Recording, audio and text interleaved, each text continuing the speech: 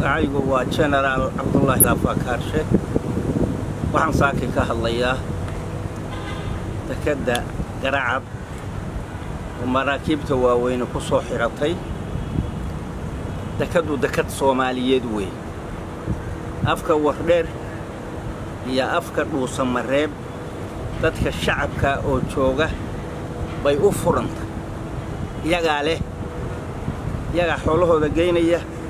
si nabad ah ay ku tagayaan si nabad ah ay uga soo baxayaan hadii Ilaahay idanka ka dhigo ka duciidan qaas oo ah way leedahay wax garadka Soomaaliya ay u furanta odayaasha Soomaaliya ay u furanta gabdhaha Soomaaliyeed bay u furanta dekad qabiil ma aha loomana dhisin mana noqonayso waxaan codsanayaa dadka Soomaaliyeed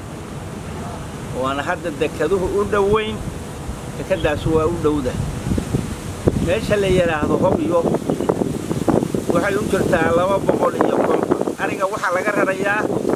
markii uu dhamaysto maalintii oo dhan soo daaqayo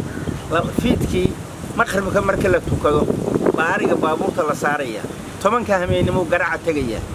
Ilaahay baa dhisay oo keenay waa guul u soo hoyatay Soomaaliya weey ma aha qabiil ma aha dadka waxaan ka maqlay reer hebel baale af xumo weey Soomaali xumo weey wadani xumo weey dekad Soomaaliyeed waad ogtihiin markabkii isku jiray 100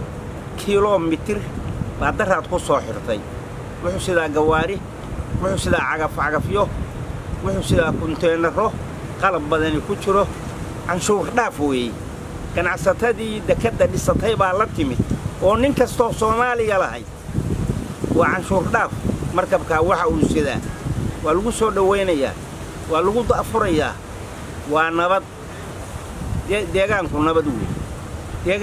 nabad weey xoolihiina geysta naftiina geysta sidaasaan leeyahay wabillahi tawfiiq guul bay mudan yihiin ducay mudan yihiin sharaf bay mudan yihiin dadkaas way isxilqaameen hantidoodii maskaxdoodii wadaniinimadoodii bay meesha galiyeen waxa dekad lama dhisi karo kuwa laha markii la dhisay dekad kuwa waxay lahayn lama dhisi karo war ka bax waxa weeyaan waxaan yaa mahad leh oo sharaf badan u celinaya muxuu ahaa Islaan Bashiir Islaan Cabdille baan u celinayaa mahad leh saga isugu yeeray beeshii deegaanka dekada waa la dhisayaa waa dhismaysaa dekadu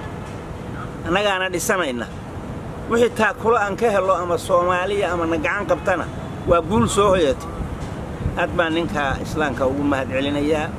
aad buu mahadsan yahay waxa weeyaan waa hoggaan jiro weey hoggaan geesiya weey hoggaan wadaniya weey hoggaan daacada weey hoggaan garashale weey wabillahi tawfiiq